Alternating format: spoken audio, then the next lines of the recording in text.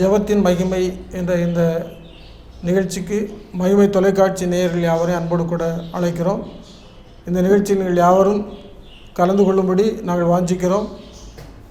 இங்கே பேசப்படுகின்ற அனைத்து செய்திகளுக்காகவும் நாம் எல்லாரும் ஒன்றிணைந்து ஜெபித்து ஆண்டவருடைய சமூகத்திலே பல அற்புதங்களையும் அதிசயங்களையும் பெற்றுக்கொள்வோம். ஆண்டவர் தாம் நம்ம குடும்பங்களை ஆசீர்வதித்து வழிநடத்துவாராக. குறிப்பாக இப்போது நம்முடைய நாட்டில் நம்ம வந்து கொரோனா வைரஸை பற்றி நம்ம போன வாரம் பேசணும். ஆனால் இப்போ என்ன ஆச்சுன்னா, இந்தியாவில் வேகமாக பரவுவதால் அச்சம் பரவுகிறது.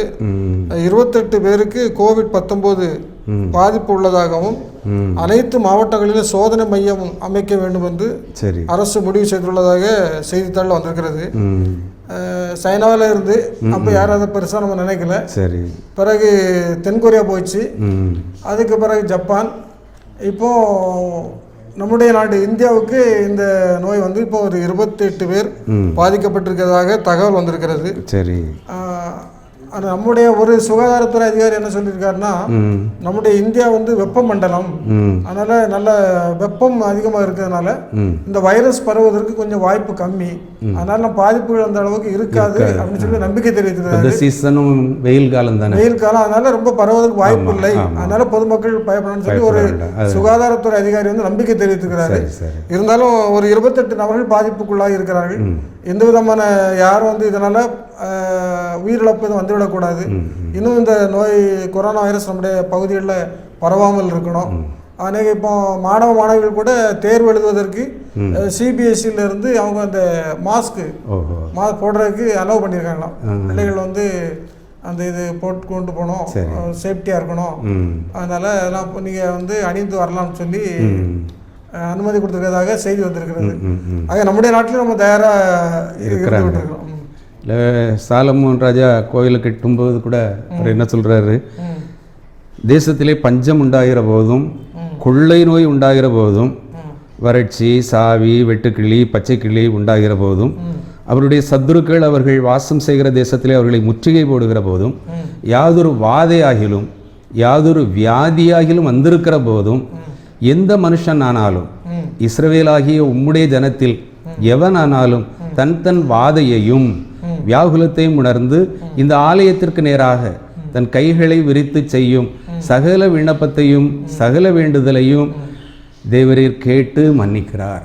இப்போ நமக்கு ஒரே கதி தேவனுடைய ஆலயம் தான், ஆண்டவருடைய சமூகம் தான்.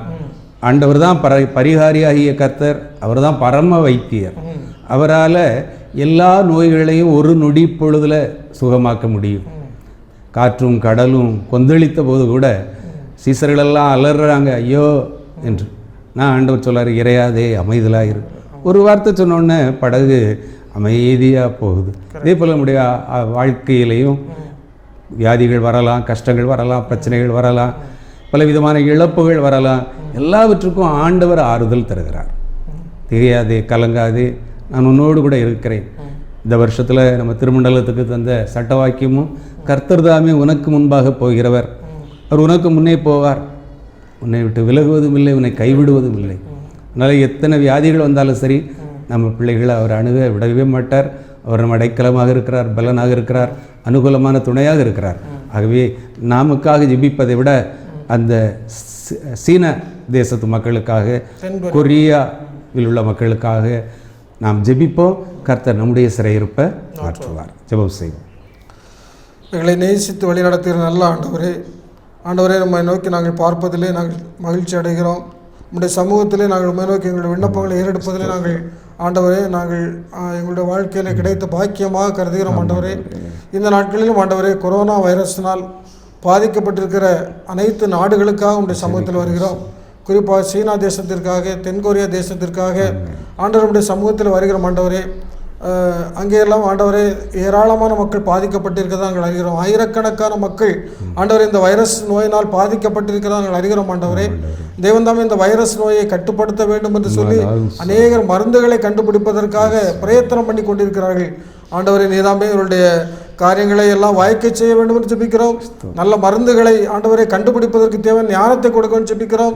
ஆண்டவரை இதனால் பாதிக்கப்பட்டிருக்கிற நோயாளிகள் ஆண்டவர் பலவீனம் அடைந்து விடாதபடி ஆண்டவர் அவர்களுக்கு நல்ல சுகத்தை நீ கொடுக்க வேண்டும் என்று ஜெபிக்கிறோம். ஆண்டவரே, ஆண்டவர் இந்த நாளிலும் எங்களுடைய இந்திய தேசத்திலே 28 நபர்களுக்கு இந்த பாதிப்பு இருப்பதாக நாங்கள் செய்தித்தாள் மூலமாக அறிகிறோம். ஆண்டவரே, ஆண்டவர் எங்கள் தேசத்திலும் ஆண்டவர் இந்த வைரஸ் பரவிவிடாதபடி, இந்த கொள்ளை நோய் பரவிவிடாதபடி ஆண்டவரே நாங்கள் எங்களை தாழ்த்தி அர்ப்பணிக்கிறோம். ஆண்டவரே, எங்களுடைய பாவங்களுக்காக நாங்கள் வருந்துகிறோம். ஆண்டவரே, எங்களுடைய அக்கிரமங்களுக்காக நாங்கள் வருந்துகிறோம். எங்களுடைய மீறுதல்களுக்காக நாங்கள் உங்களுடைய சமூகத்தில் கெஞ்சி மன்னாடுகிறோம். ஆண்டவரே, ஆண்டவர் எங்கள் அக்கிரமங்கள், எங்கள் மீறுதல்கள், எங்கள் பாவங்கள் எல்லாவற்றையும் மன்னித்து ஆண்டவர் எங்களுக்கு இரக்கம் பாராட்டி ஆண்டவர் எங்களுடைய இந்த வைரஸ் கொள்ளை நோய் எங்களுடைய தேசத்திலே பரவிவிடாதபடி ஆண்டவரே பாதுகாத்துக் கொள்ள வேண்டும் என்று ஜெபிக்கிறோம். ஆண்டவர் இந்த 28 நபர்களையும் ஆண்டவருடைய சட்டைகளையும் மரவிலையும் மறைத்து பாதுகாத்துக் கொள்வீராக. எந்த விதமான சேதங்களும் வராதபடி என் ஆண்டவர் பாதுகாத்துக் கொள்ள வேண்டும் என்று உடைய சமூகத்தில் கெஞ்சி மன்றாடுகிறோம். ஜீவனுள்ள நல்ல பிதாவே, ஆமென். இன்றைக்கு மார்ச் 8ஆம் தேதி அகில உலக மகளிர் தினம், சர்வதேச மகளிர் தினமாக கொண்டாடப்படுகிறது. இது ஒவ்வொரு வருடமும் மார்ச் 8ஆம் தேதி கொண்டாடப்படுகிறது. மகளிருடைய பாதுகாப்பு, மகளிருடைய உழைப்பு, அதில் சாதனை புரிந்த மகளிர்கள், இவர்களுக்காக இவர்களை சிறப்பிப்பது, இப்படி பல காரியங்களை மகளிர்களை பெண்களை முக்கியத்துவப்படுத்தி இந்த விழா கொண்டாடப்படுகிறது, மகளிர் தின விழா. இதில் நம்ம பார்க்கணும்னா பெண்கள் நிறைய இடங்களில் நல்ல ஆளுமையோடு இருந்திருக்கிறாங்க. உலக வரலாறு பார்க்கும்போது ஒரு 3 பெண்களை சொல்லுவாங்க. இந்தியாவில் இந்திரா காந்தி அம்மையார், இஸ்ரேல் தேசத்துல கோல்டா மேயர் அம்மையார், இலங்கை தேசத்துல சிறிமாவோ பண்டாரநாயக அம்மையார். இந்த 3 பெண்களும் அன்றைக்கு உலகத்தில் அதிகாரம் செலுத்தினவங்க, உலகத்தினுடைய அத்தனை அதிகார மையங்களும் ஆட்டி படைத்தவர்கள் இந்த 3 பெண்களும். ஆக பெண்கள் இப்படி ஆளுமையில நல்லா முன்னேறி அரசியல்லையும் மிகப்பெரிய சாதனைகள் படைத்திருக்கிறார்கள். பிறகு நம்முடைய விண்வெளியில நம்முடைய இந்திய வம்சாவளி சேர்ந்த கல்பனா சாவ்லா, அவங்க விண்வெளியில் நடந்த முதல் பெண் என்ற ஒரு மிகப்பெரிய சரித்திர சாதனையை படைத்திருக்கிறார்கள். அவருடைய ஞாபகார்த்தமாக கல்பனா சாவ்லா விருது கூட வழங்கப்படுகிறது. அது ஒரு மிகப்பெரிய சாதனைகள். இன்னும் அரசியலில் கூட நிறைய மகளிர்கள் சாதனை புரிந்திருக்கிறார்கள். சமீபம் நம்முடைய இப்போ இந்திய தேசத்தினுடைய நிதியமைச்சராக இருக்கக்கூடிய நிர்மலா சீதாராமன் என்பவர் இந்த தேசத்தினுடைய முதல் பெண் நிதியமைச்சராக இருக்கிறது. அது ஒரு பெரிய சாதனை தான். அதுபோல் நம்முடைய திருநெல்வேலி மாவட்டத்தில் மாவட்ட ஆட்சித்தலைவர் இதுவரை இந்த ஆட்சித்தலைவர் மாவட்ட ஆட்சித்தலைவர் 215வது ஆட்சித்தலைவர் தான். 215வது ஆட்சித்தலைவர். இந்த 215 மாவட்ட ஆட்சித்தலைவர்களில் முதல் பெண் ஆட்சித்தலைவர் இவர் தான். ஷில்பா பிரபாகரன் சதீஷ் அவர்கள். ஷில்பா பிரபாகரன் சதீஷ் அவர்கள் தான் நம்முடைய திருநெல்வேலி மாவட்டத்தினுடைய முதல் பெண் ஆட்சித்தலைவர். ஆக இப்படி இந்த மகளிர் தினம் கொண்டாடப்படுகின்ற இந்த நாட்களில் நிறைய பெண்களை நாம் நினைவு கூறுவதில் ரொம்ப சந்தோஷம், பெருமிதம் அடைகிறோம். குறிப்பாக இன்னும் சிலர் நம்ம சொல்லணும்னா எமி கார்மிக்கல் அம்மையார் டோனாவூரில் இங்கிலாந்து தேசத்தில் பிறந்து டோனாவூரில் தன்னுடைய வாலிப வயதை ஆண்டவருக்காக அர்ப்பணித்து இந்த பகுதியில் அநேக இளம் பெண்கள், விதவை பெண்கள், ஆதரவற்ற பெண்களுக்கெல்லாம் அடைக்கலம் கொடுத்து ஒரு மிகப்பெரிய சாதனை அவர்கள் செய்திருக்கிறாங்க. அதனால் அவங்களுக்கு அவர்களை ஞாபகப்படுத்தல நினைவு பெறுவதில் சந்தோஷம் அடைகிறோம். அன்னை தெரசா அம்மையார், அவங்க உலகம் முழுவதும் அறியும் நோபல் பரிசு பெற்றவர். குஷ்டரோகிகளை கூட தன்னுடைய கையினால் தொட்டு இயேசு கிறிஸ்துவினுடைய அன்பை வெளிப்படுத்தின ஒரு அற்புதமான ஒரு மிஷனரி அன்னை தெரசா அவர்கள். அதுபோல நம்முடைய வேலூர் சிஎம்சி மருத்துவமனை ஐடாஸ் கடர், அவரும் ஒரு பெண் தான். இன்றைக்கு வேலூர் சிஎம்சி மருத்துவமனை உலகத்தரம் வாய்ந்த ஒரு மருத்துவமனையாக இருக்கிறது. அதை ஆரம்பித்தவர் ஐடாஸ் கடர் என்ற ஒரு பெண்மணி தான். இப்படி வரிசைப்படுத்தினால் ஏராளமான பெண்களை நம்ம வரிசைப்படுத்தி நிற்கலாம். அவர்கள் அனைவரும் எப்படி சொல்லலாம்னா ஆண்களுக்கு நிகராக சமத்துவமாக அவர்கள் மிகவும் நல்ல நிகரானவர்கள் என்று சொல்வதை விட ஒப்பற்றவர்கள் கூட சொல்லலாம். ஆண்களுக்கு நிகரானவர்கள், ஒப்பற்றவர்கள் என்ன அந்த அளவுக்கு சிறப்பான ஆண்கள் செய்ய முடியாத காரியத்தை செய்திருக்கிறாங்க. ஆமாம், அதனால நிகரானவர்கள் என்று சொல்வதை விட அவர்கள் மிகை பெற்ற சிறந்தவர்கள். நம்ம திருநெல்வேலி திருமண்டலம் 240 ஆண்டு பாரம்பரியம். அதனுடைய முதல் வித கோகிலா என்ற ஒரு பெண்ணாலதான் முதல் அந்த அம்மா போட்ட ஒரு வித. அந்த அம்மா தான் திருச்சபையின் முதல் பெண். பெண் உறுப்பினர் ஆமாம், முதல் உறுப்பினர் அவங்க தான் முதல் பெண் உறுப்பினர். அவங்க மூலமாக தான் இன்றைக்கி திருநெல்வேலி திருமண்டலம், அருகாமையில் இருக்கிற தூத்துக்குடி நாசிரியர் திருமண்டலம், இன்னும் வட இந்தியாவில் ஆந்திராவில் இருக்கிற தோர்ணக்கல் திருமண்டலம், இதெல்லாம் நம்ம திருநெல்வேலி திருமண்டலத்தின் பிள்ளைகள். அப்படிப்பட்ட ஒரு நல்ல ஆரம்பம். பாளையங்கோட்டை எடுத்துக்கிட்டிங்கன்னா சாராட்டக்கர் கல்லூரி. சாராட்டக்கர் என்பது ஒரு ஊனமுற்ற ஒரு பெண். அந்த பெண்ணுடைய தியாகம்தான் இந்த சாராட்டக்கர் கல்லூரி மேல்நிலைப்பள்ளி, ஆசிரியர் பயிற்சி பள்ளி. இந்த அதில் படித்து பயின்றவர்கள் ஏராளம் பேர், லட்சக்கணக்கானோர். பிற சமயத்தினர் நம்ம பாளையங்கோட்டை வட்டாரத்திலேயே அந்த நிறுவனத்தை ஒரு சிறந்த ஸ்தாபனமாக எடுத்து அங்கே வந்து படிக்கிறாங்க. இன்னும் எலைசா கால்டுவெல் ஐயாவுடைய துணைவியார் எலைசா அம்மா, அவங்களுடைய பெயரால் இன்றைக்கி ஒரு நர்சிங் காலேஜ் கூட சிறப்பாக செயல்படுகிறது. அந்த அம்மா ஆற்றிய பணிகள் அந்த பகுதியில் ஏராளம். தமிழகத்தை பொறுத்தவரையில் புரட்சி தலைவி என்று சொல்லுகிற மேரி சார்ஜென்ட், பிஷப் சார்ஜென்டுடைய துணைவியார், இப்படி நல்ல பெண்களெல்லாம் ஆற்றிய பணிகள் அற்புதமானது. அரசியலில் சொன்ன மாதிரி மாண்புமிகு ஜெயலலிதா அவங்களுடைய பிறந்த தினம் இப்போ எப்படி கொண்டாடுறாங்க? பெண்கள் தினமாகத்தான் கொண்டாடுறாங்க. பெண்கள் பாதுகாப்பு தினமாகத்தான் கொண்டாடுறாங்க. இதை பைபிள்லேயே நம்ம யாத்திராகமத்திலேயே பார்த்தோம்னா அந்த பெண்களை குறித்து சொல்லும்போது யாத்திராகமம் 1ஆம் அதிகாரத்தில் அந்த மருத்துவச்சிகள்கிட்ட ராஜா சொல்கிறாரு, நீங்கள்லாம் அவங்களுக்கு பிறக்கிற பிள்ளைகளை கொன்றுங்க அப்படின்னு. அப்போ அவங்க அந்த மருத்துவச்சிகள் என்ன சொல்கிறாங்க? எபிரேய ஸ்திரீகள் எகிப்திய ஸ்திரீகளைப் போல் அல்ல, அவர்கள் நல்ல பலமுள்ளவர்கள். பெண்கள் என்றாலே பலவீனமானவர் நினைக்கிறோம், அவர்கள் பலமுள்ளவர்கள். இந்த பிரசவ வலி என்று சொல்லும்போது எத்தனையோ டெசிமல் சொல்கிறாங்க, அத்தனை வலியையும் அவங்க தாங்கி ஒரு அருமையான குழந்தையை ஈன்றெடுக்கிறாங்க. அப்போது அவங்க பலசாலிகள். அந்த பெண்களுக்கு அவ்வளவு பலத்தை இறைவன் கொடுத்திருக்கிறார். இறைவனால் படைக்கப்பட்டவர்கள் சிறப்பானவர்கள். ஆண்களை முதல்ல படைத்தாலும் ஆண்களுடைய விழாவிலிருந்து படைத்தாலும் அந்த பெண்களுடைய படைப்பு ஒரு சிறப்பான படைப்பு. பெண்களை நாம் நினைவுறுகிறோம். தாயார், நல்ல ஒரு தாயார் நம்மை பெற்றெடுத்தார்கள். நம்மை இன்றைக்கு பாதுகாக்கிற நல்ல ஒரு துணைவியார். இன்னும் வருங்காலத்தில் நம்மை பாதுகாக்கப் போவது நாம் பெற்றெடுத்த பெண் குழந்தைகள். எல்லா வகையிலும் மகளிருடைய பாதுகாப்பு நமக்கு இன்றைக்கு வரை கிடைத்து கொண்டே இருக்கிறது. பெண் குழந்தைகளை பெற்ற பெற்றோர் பாக்கியவான்கள் என்று தான் நான் சொல்லுவேன். ஏன்னா அவளை அந்த பெற்றோர்கள் கைவிடப்படுகிற நேரத்தில் கடைசி காலத்தில் பெண் பிள்ளைகளாக இருந்தால் எப்படியாவது அவங்க கணவர் என்ன சொன்னாலும் சரி, மாமியார் வீட்டில் என்ன சொன்னாலும் சரி கவலைப்பட மாட்டாங்க. நான் எங்கள் அப்பா அம்மாவை பார்க்க போயிடுவேன் அப்படின்னு சொல்லி வந்திருந்து லீவ் போட்டு பணத்தை கூட செலவு கூட பார்க்காம அந்த பெற்றோரை பராமரிப்பது அந்த பெண்கள் தான். நல்ல உலக மகளிர் தினத்தில் நம்முடைய திருச்சபையில் கூட இப்போ பெண்கள் குருவானவர்களாக நியமிக்கப்பட்டிருக்காங்க. ஆமாம், அந்த அளவிற்கு பெண்கள் வந்து எல்லா துறையிலையும் பேராயரே இருக்கிறாங்க. பெண்கள் பேராயரே இருக்கிறாங்க, பெண் பேராயரே இருக்கிறாங்க. ஆன்மீக துறையை பொறுத்தளவில் முன்னால பெண்கள் அனுமதிக்கப்பட்டதில்லை. ஆமாம், ஆனால் இப்போ பெண்களே அனுமதி. இப்போ சிறப்பு நற்செய்தி ஊழியங்களை பாருங்களேன், பெண்கள் தான் சிறப்பாக நற்செய்தி ஊழியம் பண்ணுறாங்க. ஆண்கள் பின்னால் தான் இருக்கிறாங்க, அவருடைய கணவர்மார் பின்னால் உட்காந்துருக்கிறாங்க. ஆனால் பெண்கள் பேசுகிறாங்க, எவ்வளவோ ஆன்மீக கருத்துக்களை எடுத்து சொல்கிறாங்க. இந்த மாதிரி பெண்கள் மகளிர் தினத்தில் நம்ம பெண்களை மதிப்போம். அனைத்து பெண்களுக்கும் வாழ்த்துக்களை தெரிவிக்கிறோம். இன்றைக்கு மார்ச் 8, இன்றைக்கு தான் மகளிர் தினம். அதனால் அனைத்து பெண்களுக்கும் மகிமை தொலைக்காட்சியின் சார்பாக நம்முடைய வாழ்த்துக்களையும் தெரிவித்துக் கொள்கிறோம். அவர்களுக்காக ஜெபிக்கிறோம். மனிதன் தனிமையாக இருப்பது நல்லதல்ல, ஏற்ற துணையை உண்டாக்குவேன் என்று சொல்லி அந்த ஆதாமுக்கு ஒரு ஏவாளை ஆதாமினுடைய விலா எலும்பிலிருந்தே உருவாக்கி அந்த பெண் மூலமாக ஆண்டவரே பலுகி பெருகி பூமியை நிரப்புகின்ற ஒரு பாக்கியத்தை கொடுத்தீர். ஆண்டவரே, ஆண்களுக்கு இல்லாத ஒரு ஸ்லாக்கியத்தை இந்த பெண்களுக்கு கொடுத்தீர். பெண்கள்தான் குழந்தைகளை கருவிலே வயிற்றிலே அவர்கள் சுமக்கின்றார்கள். அந்த குழந்தைகளை பெற்றெடுப்பதற்காக அவர்கள் பல்வேறு வேதனைப்படுகிறார்கள். அதோடு முடிந்து விட்டதா என்றால் இல்லை, அவர்களை வளர்ப்பதிலே அதிக அக்கறையோடு வீட்டிலிருந்து பாதுகாக்கின்றது அந்த பெண்கள்தான், தாய்மார்தான். அதோடு மட்டுமல்ல, அவர்கள் வாலிப பருவத்திலே பிள்ளைகள் வருகின்ற போது அவர்களுக்கு ஏற்ற துணையாக வருவதும் பெண்கள்தான். இன்னும் சொல்ல வேண்டுமானால் பெற்றோருடைய இறுதி காலங்களிலே மரணப்படுக்கையிலே கூட அவர்கள் பெற்றெடுத்த பெண் குழந்தைகள்தான் அந்த பெற்றோரை பேணி பாதுகாக்கின்ற நிலையையும் நாங்கள் பார்க்கின்றோம்.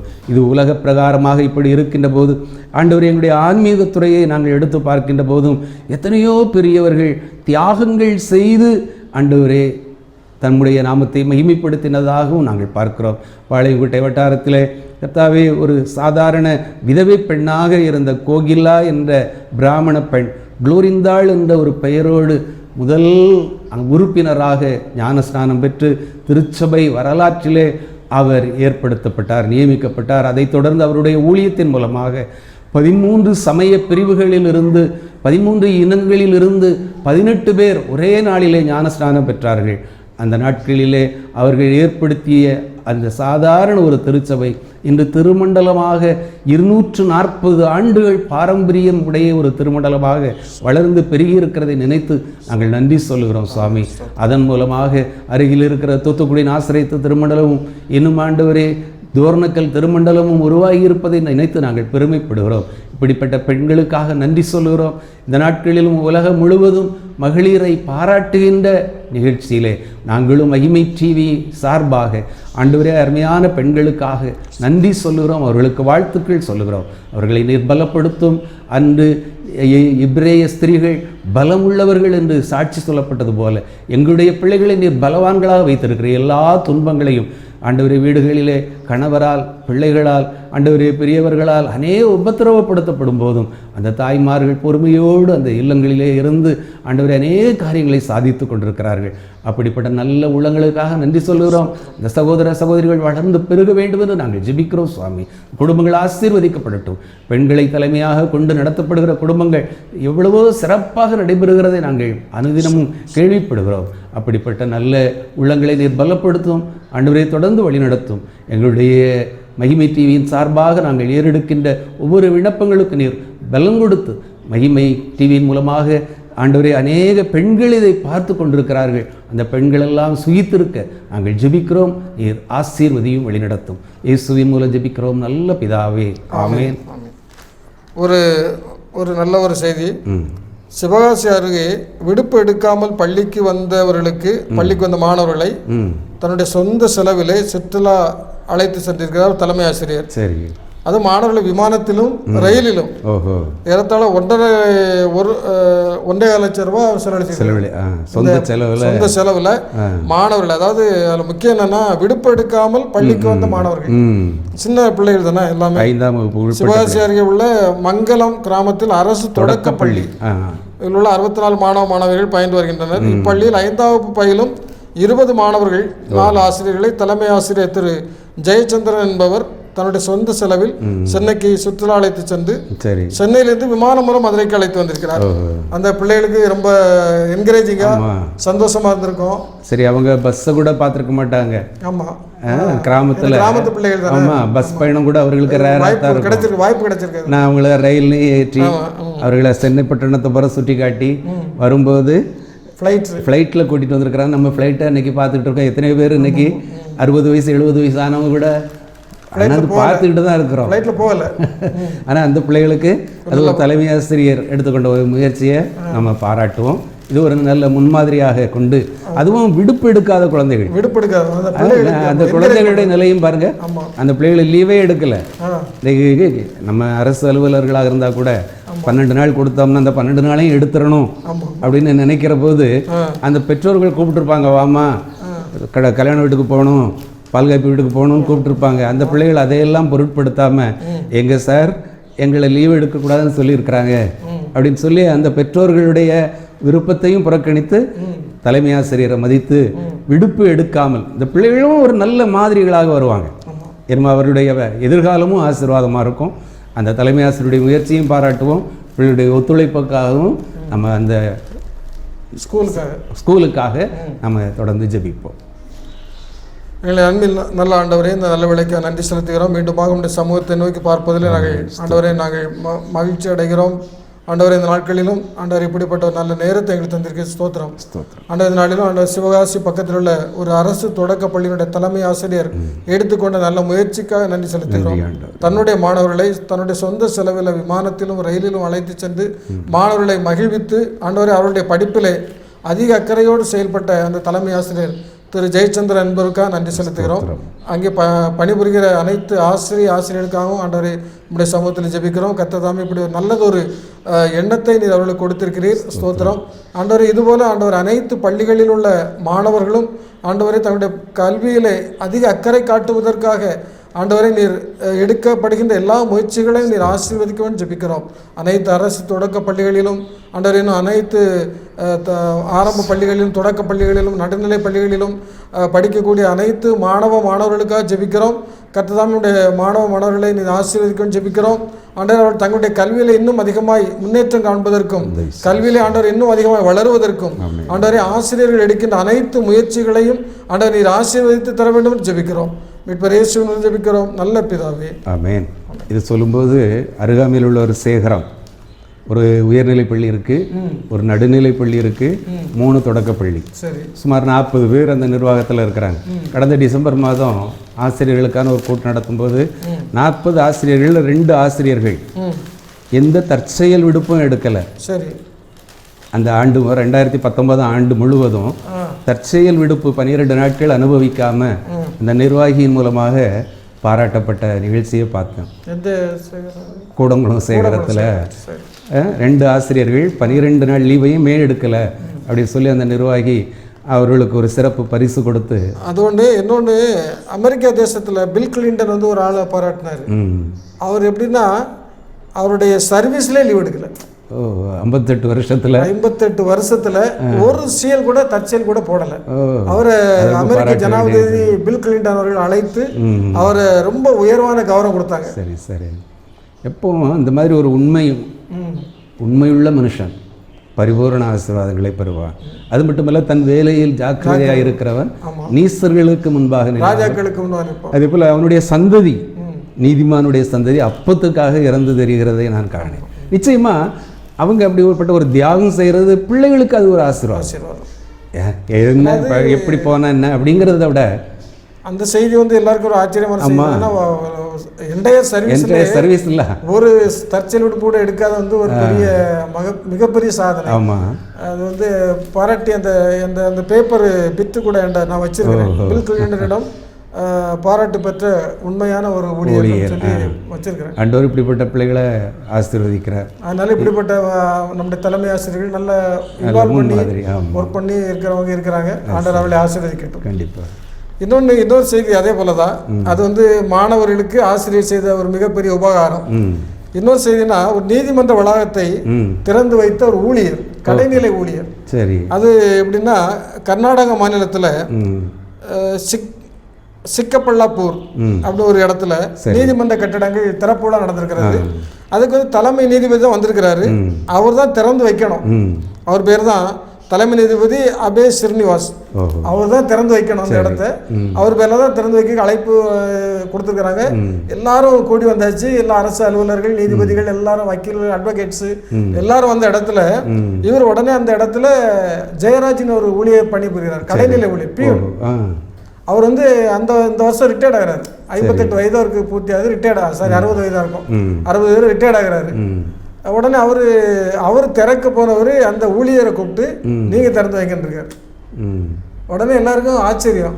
எப்படி ஒரு தலைமை நீதிபதி திறந்த நீதிமன்ற கட்டடத்தை ஒரு சாதாரண ஊழியர் வச்சு திறக்க சொல்றேன்னு ஆச்சரியப்பட்டு எல்லாரும் பிரமித்திருக்கும் போது அந்த ஊழியர் வந்து திரு ஜெயராஜ், ஒரு கடைநிலை ஊழியர், அவர் வந்து அதை திறந்து வைக்கிறார். அதாவது தன்னுடைய கீழ் பணிபுரிகிற ஒரு சாதாரண ஊழியருக்கு கொடுக்கக்கூடிய மரியாதை, அவர் வயது முதிர்வுக்கு கொடுக்கக்கூடிய ஒரு அன்பு, மரியாதை வந்து ஆண்டவர் இதை எதிர்பார்க்கிறாரு. பெருசு இல்ல, ஆண்டவர் இதை எதிர்பார்க்கிற தொழிலோ பெருசு கிடையாது.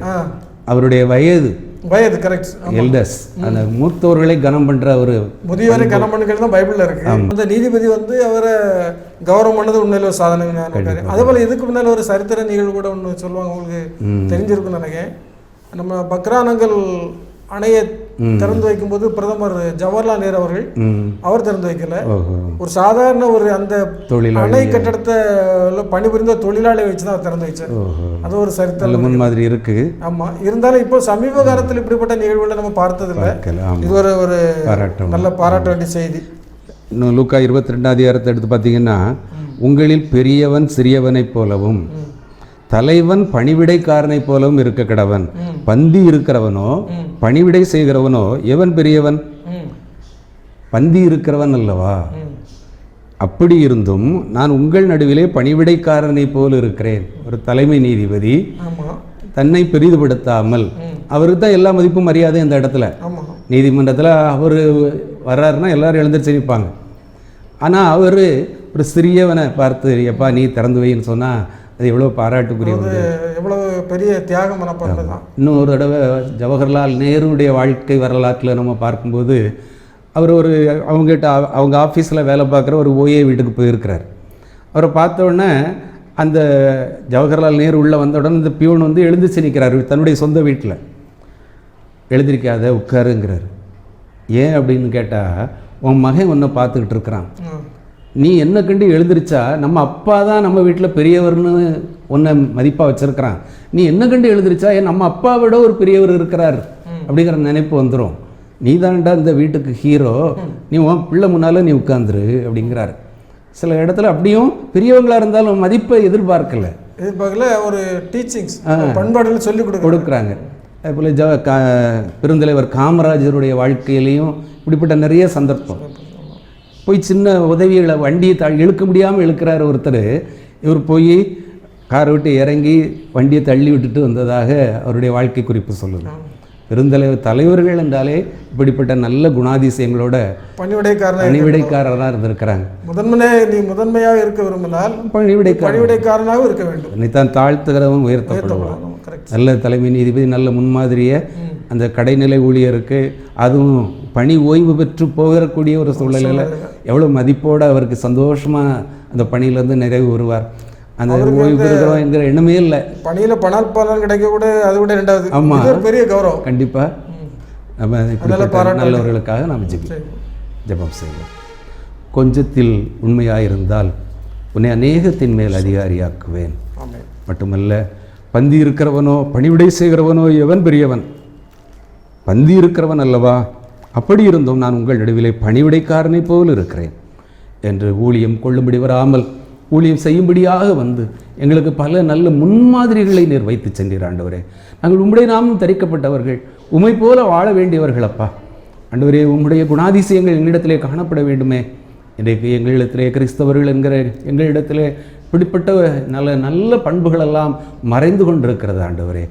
செய்தித்தாள்களிலே வரலாற்றிலே சில பெரியவர்களை பார்க்கின்ற போது ஆண்டவரே, இந்த நாட்களிலும் தலைமை நீதிபதியினுடைய சாதாரண ஒரு பண்பை நாங்கள் நினைத்து அவர் எவ்வளவாய் உயர்ந்து விட்டார் என்பதை நாங்கள் நினைத்து உமக்கு நன்றி சொல்லுகிறோம். அவர் உம்மை பற்றி அறியாதவராக இருந்திருக்கலாம், ஆனாலும் கூட கர்த்தாவே, உம்முடைய அன்பு அல்லது பிறர் மீது காட்ட வேண்டிய அன்பு அவருடைய உள்ளத்திலே கொழுந்து விட்டு எரிந்ததற்காக நன்றி சொல்லுகிறோம். தான் திறந்து வைக்க வேண்டிய அந்த நீதிமன்ற கட்டடத்தை தன்னுடைய கையின் கீழ் வேலை பார்த்து பணி நிறைவு செய்ய போகிற ஒரு கடைநிலை ஊழியனை அழைத்து கௌரவப்படுத்தினாரே, அப்படிப்பட்ட வாழ்க்கையை நாங்கள் பார்த்தும் ஆண்டவரே நாங்கள் பெருமை தேடுகிறோம், மதிப்பை தேடுகிறோம், மரியாதையை தேடுகிறோம். ஒரு இடத்திற்கு செல்லும்போது எங்களுக்கு மரியாதை தர வேண்டும் என்று எதிர்பார்க்கிறோம். எங்களை அழைக்காத இடத்திற்கு நாங்கள் எப்படி செல்வோம் என்று நாங்கள் வீண் பெருமையை பேசி கொண்டிருக்கிறோம். அப்படிப்பட்டவர்களாக நாங்கள் வாழாதபடி ஆண்டவரே, ஜவஹர்லால் நேருவினுடைய வாழ்க்கையில் நடந்த சம்பவத்தை நாங்கள் கேள்விப்பட்டோம். பெருந்தலைவர் காமராஜருடைய வாழ்க்கையில் நடந்த சம்பவத்தை நாங்கள் கேள்விப்பட்டோம். ஆண்டவரே, இப்படிப்பட்ட நல்லவர்களை நினைத்து நாங்கள் நன்றி செலுத்துகிறவர்களாக ஆண்டவரே, பிறருக்கு முன்மாதிரிகளாய் நாங்கள் காணப்பட உதவி செய்யும் சுவாமி. ஒன்றுக்கும் உதவாதவர்கள் தான் கர்த்தாவே நாங்கள். அந்த பவுலடிகளார் கூட என்னை பின்பற்றுங்கள் என்று சொல்லும்போது, நான் கிறிஸ்துவை பின்பற்றுகிறது போல நீங்களும் என்னை பின்பற்றுங்கள். இன்றைக்கு எங்களை பின்பற்றுவதற்கு எங்களுடைய பிள்ளைகளுக்கு நாங்கள் முன்மாதிரியாக இருக்கிறோமா, அல்லது எங்களுடைய குடும்பத்திலே நாங்கள் முன்மாதிரியாக இருக்கிறோமா என்று பார்த்தால் இல்லை என்று தான் சொல்ல வேண்டும் சுவாமி.